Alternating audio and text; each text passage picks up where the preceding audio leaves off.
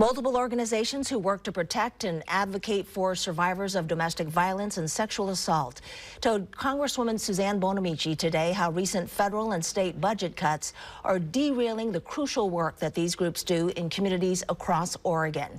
Fox 12's Spencer Schott sat in on today's conversation. Spencer, are these big cuts that we're talking about?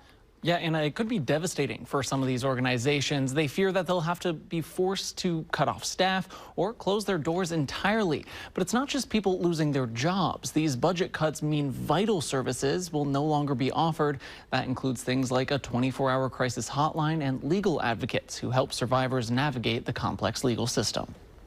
This feels like a perfect storm of just funding catastrophe right now. The issue started when the federal government announced a more than 40% cut to victim advocacy programs. So local organizations turned to the state government to ask for help. We had asked for that, I believe it was $18.5 million, to help offset that 40% cut we were going to be facing, and we did not get it. But the state funding issues don't end there. In previous years, the state had set aside $10 million for the Oregon Domestic Violence and Service Fund. But this year, that funding was cut in half. And these local advocates say that cut will lead to less services in our state.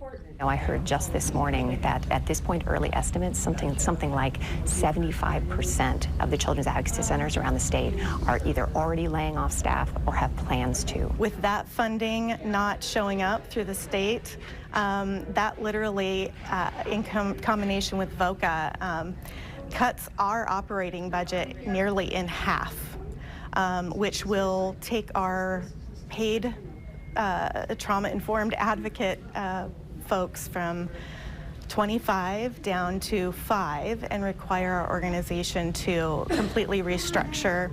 The Sexual Assault Resource Center was founded back in 1977, and over the decades they have shifted from a volunteer workforce to one that is fully staffed. Executive Director Brandy Sellover says it's devastating to have to cut not only staff, but also their 24-hour hotline. Some of the immediate impacts that folks, survivors, will experience is potentially unavailability of an advocate to answer a phone call at 2 o'clock in the morning when they start to feel as if they need that support. With the legislative session over, these organizations have to go back to asking the federal government for funding. Now, Representative Bonamici told folks at the roundtable this morning so far there have been 200 bipartisan co-sponsors on a bill that would restore some of the funding to victim advocacy programs. But it will be a while before that bill comes to the floor for a vote because of the ongoing back and forth around Trump's budget bill. Reporting live in studio, Spencer Schott, Fox 12 Oregon.